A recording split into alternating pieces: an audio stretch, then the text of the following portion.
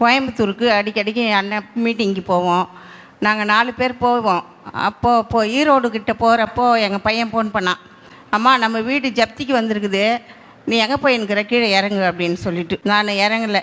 இறங்கி நாங்கள் 4 சகோதரியும் கோயம்புத்தூரில் போய் இறங்கி அண்ணங்கிட்ட போய் ஜெபம் பண்ணிக்கின்னு அப்புறம் வீட்டுக்கு போகலாம் அப்படின்னு சொல்லிட்டு போனால் அங்கே போயிட்டு அண்ணங்கிட்ட அந்த லெட்டரை கொடுத்தேன். நான் கொடுத்து, அண்ணா பாருங்கண்ணா அப்படின்னு, எனக்காக யாவையும் செய்து முடிப்பேன்னு சொல்லிட்டு அண்ணன் தலைமையில் கை வச்சு ஜெபம் பண்ணார். அதுக்கப்புறமா பத்திரம் 3.5 லட்ச ரூபாய் கட்டி பத்திரம் மீட்க உதவி செய்தார். அது மாத்திரம் இல்லை, எங்கள் தங்கச்சி மகனுக்கு 4 வருஷமாக பொண்ணு தேடிக்கின்னு இருந்தோம்.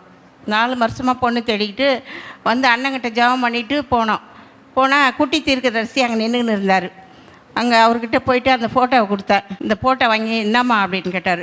இவருக்கு கல்யாணம் ஆகணும்பா அப்படின்னு சொன்னதுக்கு 15 நாளில் கல்யாணம் முடிஞ்சிடும் போ அப்படின்னாரு. அதே மாதிரி 15 நாளில் பொண்ணு கிடச்சி நிச்சயதாமரமே இப்போது 5 மாதம் அந்த பாப்பா ப்ரெக்னெண்ட்டாக இருக்கிறா. அதுக்காக கர்த்தரை கோடான கோடி நன்றி செலுத்துகிறேன். ஹல்லேலூயா. நான் ஜனவரி மாதம் வர முடியாது இருந்தேன். யூடியூப்பில் நான் கேட்டுகிட்டே இருந்தேன் மெசேஜ். அப்போ அண்ணன் வேதிஸ்தர்கள் யாரெல்லாம் வேதி வழியில் இருக்கிறாங்க அவங்கெல்லாம் கை வச்சு ஜெபம் பண்ணுங்கனாரு. அப்போ நான் வயிற்றுல கை வச்சு ஜெபம் பண்ணேன். எனக்கு கிட்னியில் கல் இருக்குது, வயிறு வலி இருக்குது அப்படின்னு சொல்லிட்டு ஜெபம் பண்ணிட்டு நான் பார்த்தேன். 12:20க்கு கல் வயிறு வலிக்குதுன்னு சொல்லிட்டு பாத்ரூம் போனேன்னா கல் வெளியே வந்துச்சுங்க. கடவுளுக்கு கொடான கொடி சோத்திரம் சொல்கிறேன். ஒரு வேப்பங்கொட்டை சைஸில் இருக்குது. அவர் எவ்வளோ நல்ல ஆண்டவர் பாருங்க. இந்த மகளுடைய வாழ்க்கையில் அற்புதமான காரியங்களை செய்து இந்த இடத்துல மகளை சாட்சியாய் நிறுத்தி இருக்கிறார்.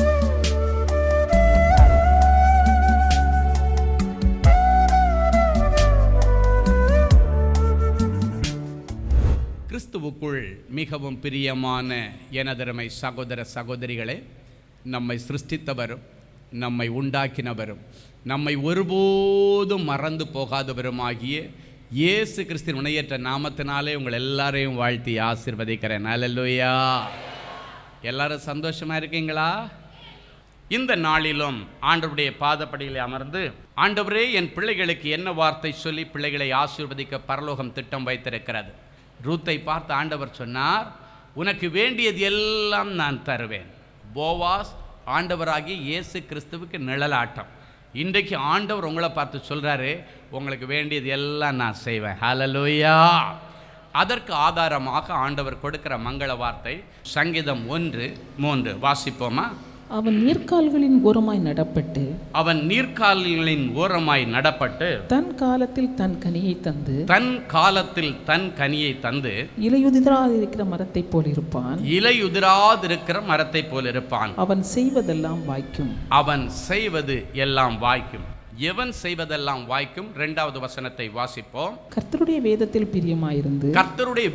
பிரியமாயிருந்து இரவும் பகலும் அவருடைய வேதத்தில் தியானமாயிருக்கிற மனுஷன் பாக்கியவான். அவன் நீர்க்கால்களின் ஓரமாய் நடப்பட்டு தன் காலத்தில் தன் கனியை தந்து இலையுதிராதிருக்கிற மரத்தைப் போல் இருப்பான். அவன் செய்வதெல்லாம் வாய்க்கும். நேற்றைக்கு வரைக்கும் நீங்கள் செய்ததெல்லாம் உங்களுக்கு உருப்படாமல் போயிருக்கலாம், விளங்காமல் போயிருக்கலாம், தேராமல் போயிருக்கலாம், தோல்வியில் முடிஞ்சிருக்கலாம். ஆனால் ஆண்டவர் இன்றைக்கு பொய்யுரையாத எங்கள் அப்பா சொல்கிறாரு, இன்னைக்கு பிறகு நீ செய்வதெல்லாம் வாய்க்கும். ஆமேன். வேதத்தை தியானம் பண்ணினாலே அவன் செய்கிற காரியங்கள் அவனுக்கு வாய்க்கும் என்று அர்த்தம். அதற்காகத்தான் அற்புத அடையாளங்களை செய்கிற வேதத்தை தேவனுடைய பிள்ளைகளுக்கு ஆண்டவர் ஆராய்ந்து பார்க்கும்படியான தருணங்களை உருவாக்கி கொடுக்கிறார். பரிசுத்த ஆவியானவர் அடிமை மூலமாக சொல்லுகிறார், நீங்கள் கேட்கிற வார்த்தைகள் இந்த நிமிஷத்திலிருந்து உங்களுக்கு பலிக்கும். இந்த வார்த்தைகளை ஆக்டிவேட் பண்ணி தான் உங்களுக்கு ஆண்டவர் அனுப்பி இருக்கிறார். அது உங்கள் மத்தியில் இறங்கி வருகிற நேரத்தில் தாமே அது கிரியைகளை நடப்பிக்க ஆரம்பிக்கும். வேதத்தில் பிரியமாயிருந்து இந்த இடத்திலே வேதத்தை தியானிக்க வந்திருக்கிறபடியினாலே இனி இலையுதிராதிருக்கிற மரத்தை போல இருப்பீர்கள். நீங்கள் செய்வதெல்லாம் வாய்க்கும். இலையுதிராதிருக்கிற மரம் அப்படின்னு சொன்னாச்சுன்னா பட்டு போகாத செழுமையான மரம்.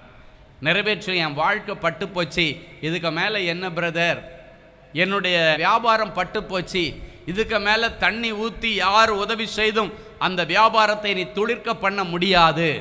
என்னுடைய ஊழியம் பட்டுப்போன ஊழியம், என்னுடைய வாழ்க்கை பட்டுப்போன வாழ்க்கை, என்னுடைய பிள்ளைகளுடைய வாழ்க்கை போய்விட்டது, இதுக்கு மேலே அதுக்கு துளிர்விட வாய்ப்பில்லை அப்படின்னு நீங்கள் சொல்கிறீங்க. ஆனால் ஆண்டவர் சொல்லுகிறார், துளிர்விடும் காலம் இதோ உங்கள் வாழ்க்கையில் ஆரம்பிக்கிறது. ஹல்லேலூயா. துளிர்க்க பண்ணுவதற்காக பனி போல ஆண்டவர் தன்னுடைய வார்த்தைகளை உங்கள் மேலே ஊற்றுகிறார். இந்த வார்த்தைகள் தான் ஒரு மனுஷனுடைய வாழ்க்கையை உயிர்ப்பிக்கிறது. இந்த வார்த்தைகள் தான் ஒரு மனுஷனுடைய வாழ்க்கையிலே துளிர்விடும் காலத்தை கொண்டு வருகிறது. தாவீது சொல்லுகிறான், என் சிறுமையிலே என்னை நினைத்தவரை நான் துதிக்கிறேன். என் சிறுமையின் நேரத்திலே இந்த வார்த்தைகள் தான் எனக்கு ஆறுதலாயிருந்தது. இந்த வார்த்தைகள் என்னை உயிர்ப்பித்தது. என் சிறுமையின் நேரத்திலே எனக்கு ஆறுதல் கொடுத்த இந்த வார்த்தைகள் என் வாழ்க்கையை உயிர்ப்பிச்சு. அப்படின்னா என்ன அர்த்தம் தெரியுமா? பட்டு போன உன்னுடைய வாழ்க்கையை துளிர்விட செய்தது ஆண்டவருடைய வார்த்தை. அவனுடைய வாழ்க்கை பட்டு போனது. ஆண்டவரால் அபிஷேகம் பண்ணப்பட்டு ராஜ மேன்மையை பெற்றுக்கொண்டது உண்மைதான். ஆனால் கை கட்டினது வாய்க்கெட்டல் என்ற மாதிரி ஆண்டவர் கொடுத்த அந்த ராஜரீக பதவி அவன் கைக்கு வரல. காரணம், விடாபிடியாக பிடித்து கொண்டிருக்கிற அவன் மாமனாகிய சவுல். இந்த தாவீதை கொலை செய்வதற்காக அவன் 3000 பேரை வைத்துக்கொண்டு துரத்தி கொண்டிருக்கிறான். 3000 அடியாட்கள் அல்ல, யுத்த வீரர்கள், யுத்தத்திற்கு பயிற்றுவிக்கப்பட்டவர்கள் 3000 பேர். தாவீது எங்க கிடைச்சாலும் அவனை பிடிச்சு கொன்னுருங்கன்னு சொல்லி பதவி வெறியினால இந்த பதவியை தான் வைத்துக் கொள்ள வேண்டும் என்பதற்காக பதவி யாருக்கு கொடுக்கப்பட்டதோ அந்த தாவீதை கொலை செய்வதற்காக 3000 யுத்த வீரர்கள். அப்படிப்பட்ட சூழ்நிலையில் அவன் வனாந்தரத்துக்கு ஓடுகிறான், குகைகளிலே பதுங்கி இருக்கிறான். ஆண்டவருடைய வார்த்தை, நீ ராஜாவாயாச்சுன்னு சொல்லிட்டு தீர்க்கதரிசியால் அபிஷேகம் பண்ணப்பட்டாச்சு. ஆனால் அதற்கு எதிர்மறையாய் காரியங்கள் நடந்து கொண்டிருக்கிறது. பட்டு போன வாழ்க்கை. மனைவி கூட இதுக்கு மேலே உன் கூட இருக்க மாட்டேன்னு சொல்லி அவங்க அப்பாவுடைய பேச்சை கேட்டு பல்தியேல் என்கிற இன்னொருவனோடு குடும்பம் நடத்தி கொண்டிருக்கிற சூழ்நிலை. பட்டு போன வாழ்க்கை. அவனுடைய பிள்ளையாகி அப்சலோம் எதிர்த்து நிற்கிறான்.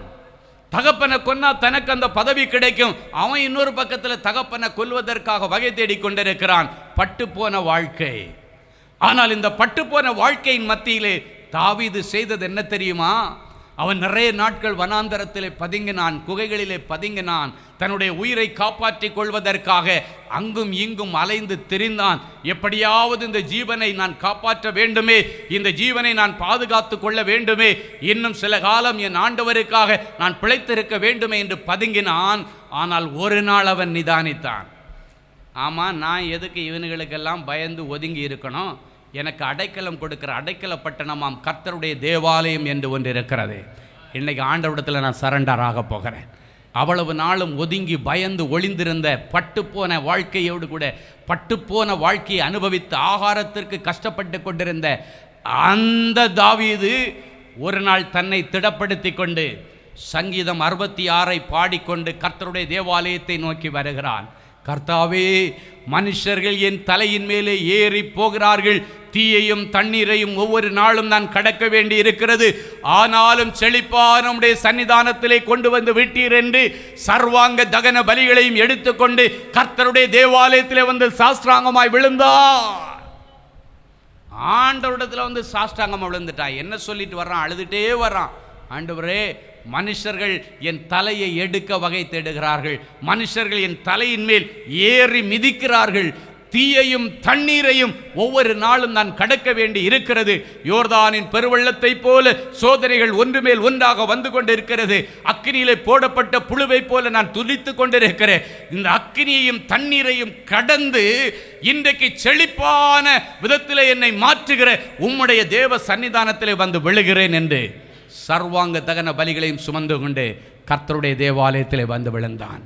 அதன் பிறகு கர்த்தர் அவனுக்காக யுத்தம் பண்ணினார்.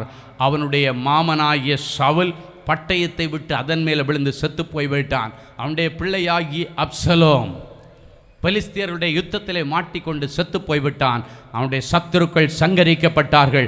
கர்த்தர் முன்குறித்ததை அவனுக்கு கொடுத்து அதன் பிறகு அவன் செய்வதெல்லாம் வாய்த்தது.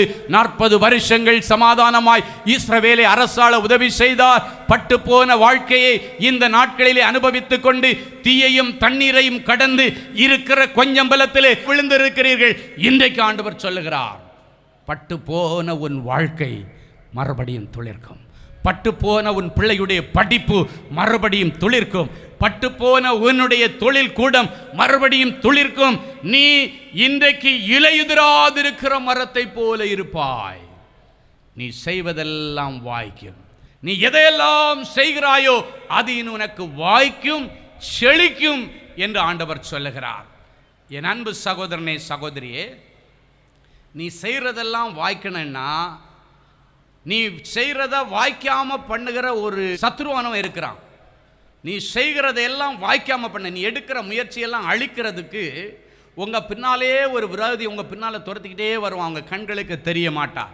கண்களுக்கு தெரிந்த ஒரு விரோதி வந்தால் அந்த விரோதியை கண்டு நம்ம ஒதுங்கிக்கலாம், பதுங்கிக்கலாம். இல்லைன்னாமோ நம்மமோ இருக்கிற பலத்தில் அவனை அழிக்கிறதுக்கோ இல்லைன்னா அதையும் தாண்டி போகிறதுக்கோ ஆண்டவரிடத்தில் ஜெபித்து முயற்சி எடுப்பதற்கு வாய்ப்பு இருக்கும். ஆனால் கண்களுக்கு தெரியாமல் இருக்கிற ஒரு விரோதி இருக்கிறான். அவன் பிசாசானவன்.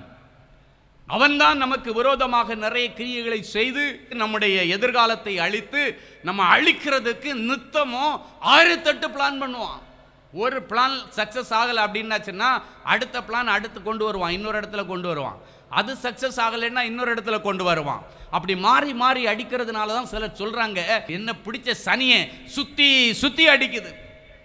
என்ன சொல்லுவோம்? என்ன பிடிச்ச சனியை, உங்களை சுற்றிட்டு இருக்கிற பிசாசு, அதான் சனியை. இன்னைக்கு ஓடியே போச்சு.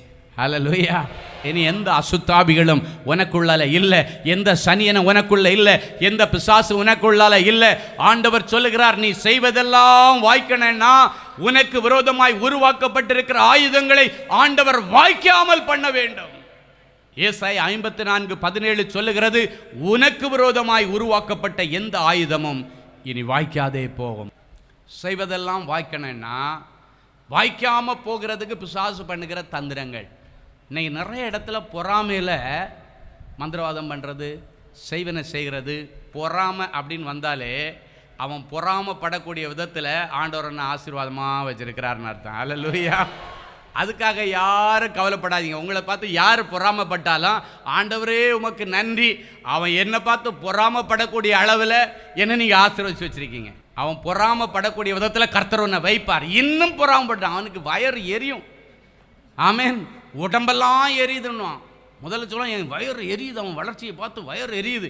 என்ன சொல்லுவான், வயறு இல்லை, என் உடம்பெல்லாம் எரியுது. எரிஞ்சிட்டு போ. என் அன்பு சகோதரனை, சகோதரி, இன்னைக்கு ஆண்டவர் தீர்க்க தரிசனமாக சொல்கிறாரு, பிசாசின் போராட்டத்தில் சிக்கி இருக்கிற உன் பிள்ளைகளை ஆண்டவர் விடுதலை ஆக்குகிறார். பிசாசின் கட்டினால பாதிக்கப்பட்ட தொழில் கூடங்களிலே ஆண்டவர் இறங்கி உலாவுகிறார். எந்தெந்த மாந்திரிக கட்டுகள், செய்வினை கட்டுகள், எந்தெந்த மந்திரவாத சக்திகள் உன்னுடைய உழைப்பையும் உன்னுடைய கடினமான வேலையையும் அழித்து கொண்டிருக்கிறதோ அவைகளெல்லாம் இனி வாய்க்காதே போகுமா. ஹல்லேலூயா.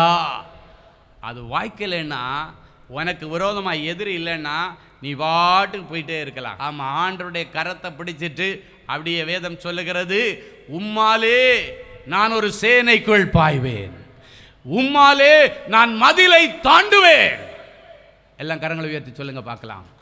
உம்மாலே நான் ஒரு சேனைக்குள் பாய்வேன், உம்மாலே தாண்ட முடியாத மதில்களையும் தாண்ட முடியாத கடன்களையும் தாண்ட முடியாத மரண கண்ணிகளையும் தாண்டுவேன். கரங்களை தட்டி ஆண்டவருக்கு நன்றி சொல்லு. நமக்கு விரோதமாய் உருவாக்கப்பட்ட எல்லா ஆயுதங்களும் வாய்க்காதே போகிறது. உங்க எல்லாருக்காக ஆண்டவர் தூதர்களை அனுப்பி கொண்டிருக்கிறார். எந்த இடத்துல வெட்கப்பட்டு தலை குனிந்து நின்றீர்களோ அதே இடத்தில் உங்களுடைய பெயரை பெருமைப்படுத்தும்படிக்கு ஆண்டவர் தன்னுடைய தூதர்களை அனுப்புகிறார். நிறைய பேருக்கு ஒரே கவலை, நைட்டு தூங்கினா தூக்கமே வரல பிரதர். முதல்ல அதுக்கு ஏதாவது வழி பண்ணுங்க. நிறைய பேர் சொல்றீங்க, முதல்ல நிம்மதியாக தூங்க ஒரு வழி பண்ணுங்க பிரதர், மீதி எல்லாம் ரெண்டாவது. இன்னைக்கு போங்க நிம்மதியான தூக்கம். ஆமேன். அயர்ந்த நித்திரை. சிலருக்கு வியாதியினால தூக்கம் இல்லை, சிலருக்கு பயத்தினால தூக்கம் இல்லை, சிலருக்கு அடுத்த நாள் கடங்காரனை நினைச்சாலே தூக்கம் வராது. தூங்கினா கடங்காரன் தான் முன்னால் வந்துன்னு மிரட்டுற மாதிரி இருக்கு. காலையில் 4 மணிக்கே எழும்பி கடங்காரனுக்கு பயந்து பின்வாசல் வழியாக ஓடின நாட்களுக்கு ஆண்டவர் முடிவை கொண்டு வருகிறார். ஹல்லேலூயா. நீங்கள் நினைக்கலாம் எத்தனை நாள் பிரதர் எஸ்கேப் ஆகிறது? இனி எஸ்கேப் ஆக வேண்டாம். அவனுக்கு கொடுக்க வேண்டியதை கொடுக்க கர்த்தர் உனக்கு கொடுப்பார். ஏன்னா ஆண்டவர் சொல்லுகிறார், நீ செய்வதெல்லாம் இனி வாய்க்கும். இவ்வளவு நாளும் நீ செய்தவைகள் வாய்க்காமல் போனபடினாலே கடன் வருகிறது. ஏன் ஒரு மனுஷனுக்கு கடன் வருகிறது? அவனுடைய கைகளின் கிரியைகள் வாய்க்காமல் போகிறது, முயற்சிகள் தோல்வி அடைகிறது, எடுக்கிற முயற்சிகள் எல்லாம் நஷ்டத்திலே முடிகிறது, எடுக்கிற முயற்சிகள் எல்லாம் தோல்வியிலே முடிகிறது.